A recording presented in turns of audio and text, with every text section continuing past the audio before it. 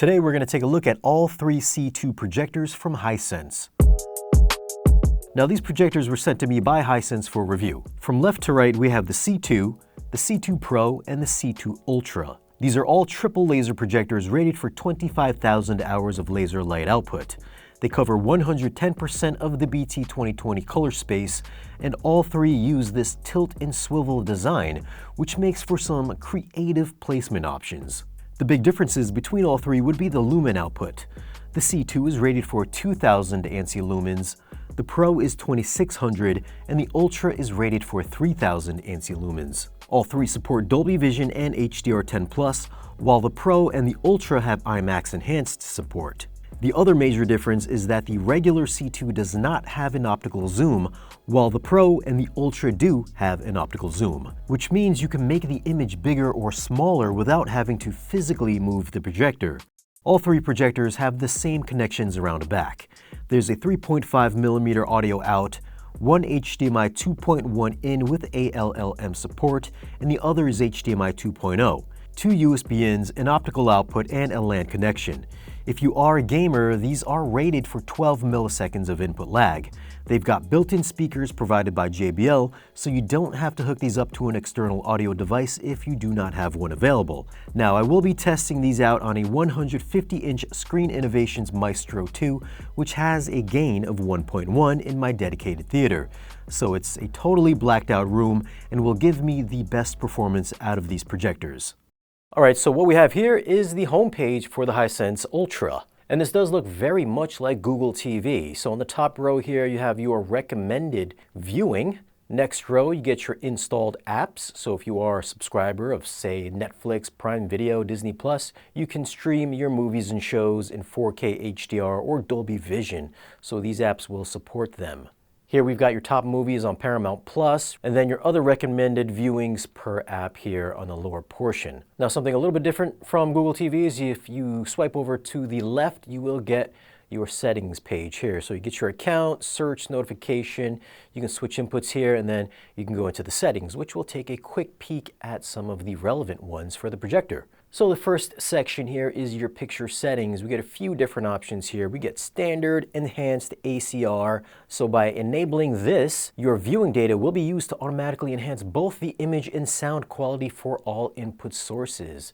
It is not possible to separate the sound quality enhancement from the image quality enhancement. Next section is Filmmaker Mode, which I'm going to use for all of the demos in this video. We've got Cinema Day, Cinema Night, Dynamic, and then Sports. Next one here is your Picture Mode settings. So depending on which preset you choose, you can go ahead and change the settings per picture preset. So you can apply all of your changes to all sources or just to the current source. You've got your laser luminance level. You can go all the way down from a 0 all the way up to a +10. So for SDR material, I'm going to keep it at 5%. And one cool thing about this projector, coming from an Epson projector, is if you are watching SDR content and you set it at 5 or you set it at 3 or 0, whatever it is, it'll automatically revert back to this brightness setting. And if you're watching HDR content and you set it at max brightness, it'll automatically switch to the max brightness.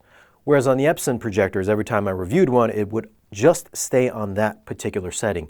So it wouldn't automatically switch back and forth between an SDR preset and a 4K HDR preset. So that's cool that this will memorize SDR and HDR settings. And then here we've got sliders for brightness, contrast, color saturation, and then sharpness. And then the next section here is the advanced settings. Here we've got different settings for brightness. We've got your brightness enhancer, we've got off, high, and then ultra. And as you can see, the higher that you go up, the more greenish of a tint your image gets. So I would personally keep this off. I don't know who would use this setting, but I would just keep it off for the more accurate color representation. Then here we've got automatic light sensor on or off. So this will automatically adjust the brightness of the projector depending on your ambient light. So for the max brightness, I would just keep this off as well. And then we've got adaptive contrast. We've got low, medium, and high. Scenario enhancement automatically will adjust the brightness according to the scene to enhance the contrast of the picture. For HDR dynamic range, we've got auto, limited, and full. If you are watching HDR content, you can turn tone mapping on or off. We've got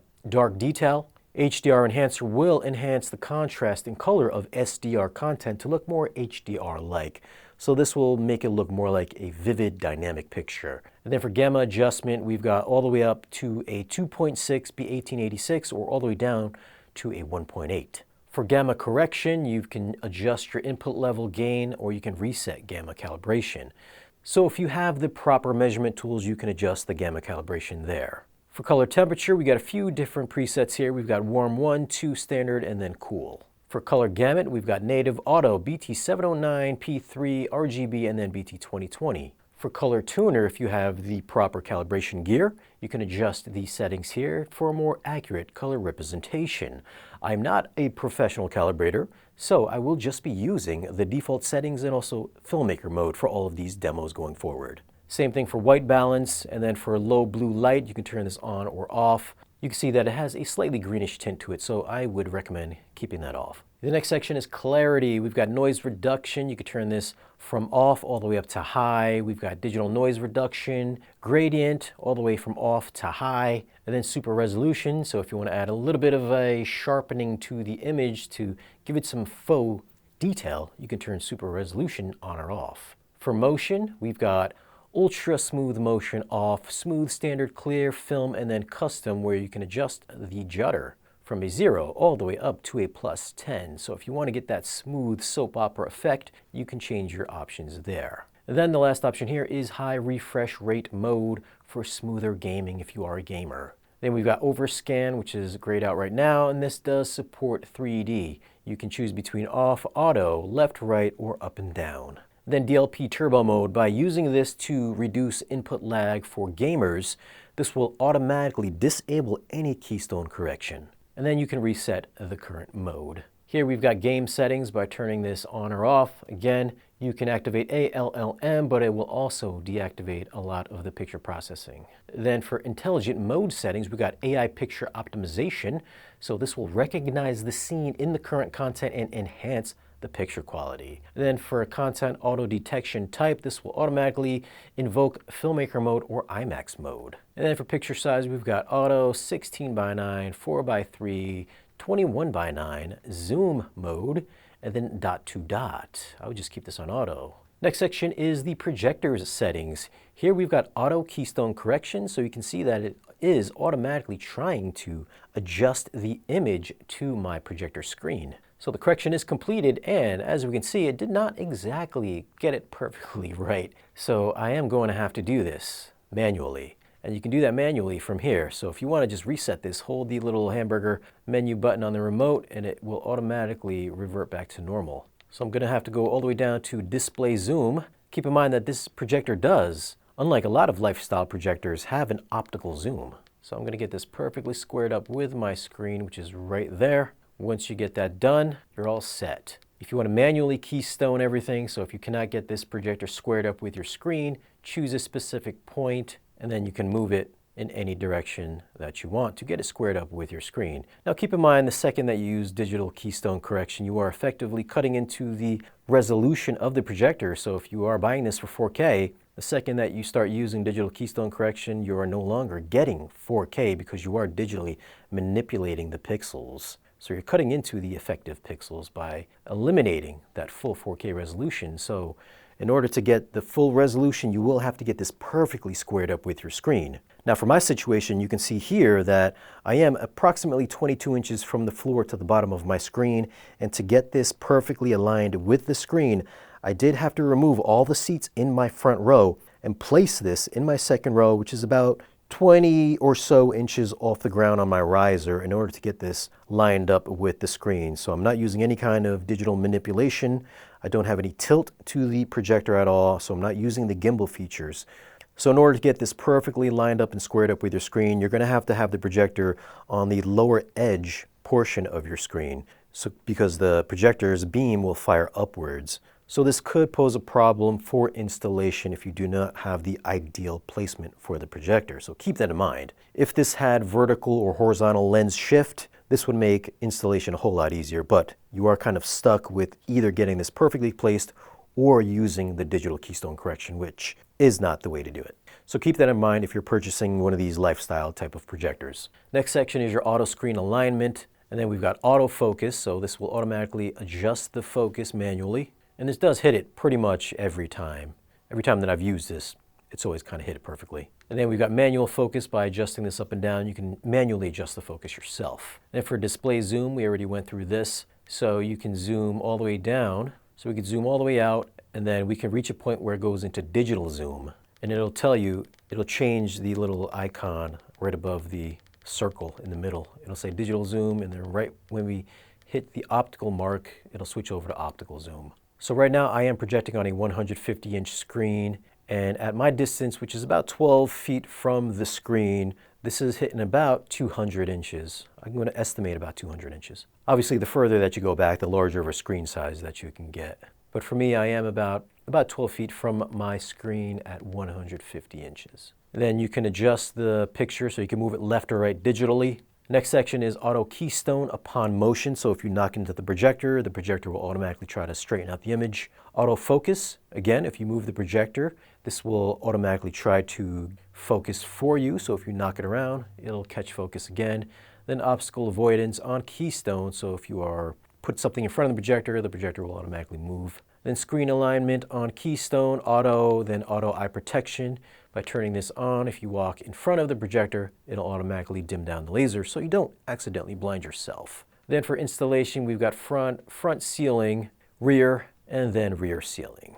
So you can ceiling mount this if you want to, or put it behind a projector screen. We've got auto fit flip, so if you flip this upside down, it'll automatically right side up the image. For screen type, you can choose either others, which is what I'm using, or you can choose Hisense's own projector screen, which this will automatically bring it into the proper configuration for their own screen, or if you have no screen, you would pick no screen. So if you're using a wall, you would choose that. And then for screen sync, this will activate the screen sync to enable the automatic roll up or roll down of a motorized screen by USB trigger. Then for wall color adaptation, if you are using this on a wall that's not white, that's blue, yellow, this will try to automatically calibrate the image for your specific wall. Next section is sound. Here we've got a few different sound presets. We'll take a look at that later. For sound mode settings, we've got bass boost, surround sound, dialogue clarity, true volume, equalizer, so you get a few different bands, wall mount setup, auto volume control, and then you can reset the settings here. For audio output, you can choose either the built-in speaker, ARC,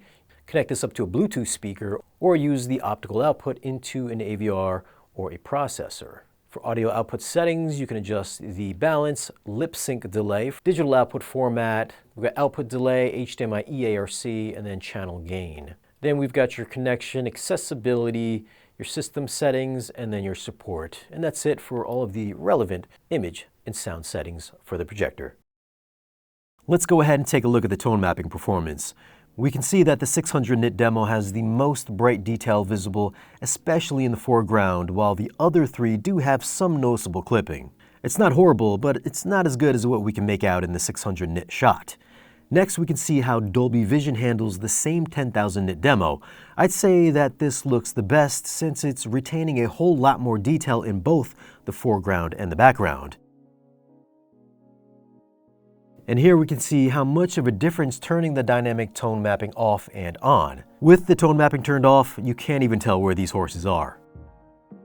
As far as black levels, I've got the Sony Projector 8, which is one of the best projectors I've seen this year, and which also costs about 5 times more than the C2 Ultra. The blacks do lean more on the grayer side compared to the Sony, so for really dark movies such as this one, the image can appear flat in comparison to some more of the higher end projectors out there. Now don't get me wrong, it doesn't make the image unwatchable, but you will have to spend a fair bit more to get a more reference quality image. But as far as DLPs in this price range, it's for sure one of the best out there. The next setting I wanted to take a look at is the adaptive contrast setting. The higher that you go up, the darker areas do deepen, but it can start looking like it's on the verge of crushing detail. So this is a setting you'd want to try out on a movie per movie basis. Sometimes it can really enhance the image, while others it just looks better with it off. So it is a subjective setting, so use it to taste. As for the brightness difference between all three, if I didn't have these in the same room at the same time on the same screen, I don't think I'd be able to tell a difference between the Pro and the Ultra. Going from the standard C2 to the Pro wasn't a massive jump, but it was a noticeable one. Aside from that, sharpness, detail, color, HDR all look the same to my eyes, minus the slight difference in lumens. Another small difference between all three is going to be the high dynamic setting on the C2 and the Pro. It's labeled as high dynamic, whereas it's labeled scenario enhancement on the Ultra. However, all three are described as doing the exact same thing. Now, I am glad that Hisense has decided to bring back 3D, which started with the PX3 Pro. They've carried it over to all three of these C2 projectors. And as you can see here, this does throw a very nice and bright image. This does look the best on the C2 Ultra, while the Pro falls behind very slightly, while it is noticeably a bit dimmer going from the Pro over to the standard C2. So if you are a 3D fan, then I would say go with the Ultra for the brightest 3D output. And just like its 4K HDR counterpart, the 3D is nice, it's vibrant, it's got a very nice, sharp, detailed image, and the 3D pop is really dependent on what you're watching, but for movies such as this does have some nice layer separation between foreground, middle, and background. Now, if you do want to enjoy 3D on this projector, this does not come with 3D glasses. However, you can pick these up for fairly cheap on Amazon. They're about $30–40 bucks depending on which brand you pick up. We're on our 5th floor where we have the smaller of the two reference systems that are in the house. This is a full Macintosh system. If we start up here at the top, we have our C2700 tube preamp, which is going into the MQ112, which is a new outboard EQ released earlier this year. Physical sources in this system, the MCD600 and the MT5. These are both the top of the tier of what Macintosh makes in each of these categories. From there, from the 700 and the MQ112, we lead into an MEN220, which if you take a look around the room, see that this is a very non-ideal space to do the type of things that we're doing. We've got a lot of glass. There's a big open area here. At the time of this video, the C2 is selling for $16.99, the Pro is $19.99, and the Ultra is $24.99. Honestly, the lumen output between all three makes kind of very little difference. The biggest difference is going to be the optical zoom, which to me makes the standard C2 a no-go, unless you're not too concerned about placement limitations or video quality. Which brings us to the Pro and the Ultra. The difference in brightness is again very minimal, but if you do want the most image pop for HDR, and especially for 3D, you're going to have to go with the Ultra for those extra few lumens of brightness. Otherwise, if you want to save a few $100, then the Pro is definitely going to be the smartest, most bang for your buck performer. All three looked great for HDR, and the tone mapping looked just as good as my $19,000 Sony. The black levels still fall a little short of the best projectors out there, but in the under $3,000 DLP price category, these are standout performers. If you're looking for a versatile projector with video quality that can hang with more expensive projectors, any one of these C2s will surely do the job, and they support 3D as well. Now, if you do want to grab one of these, I'll leave some links for them down below in this video's description. Thanks for watching, and I'll catch you in the next video.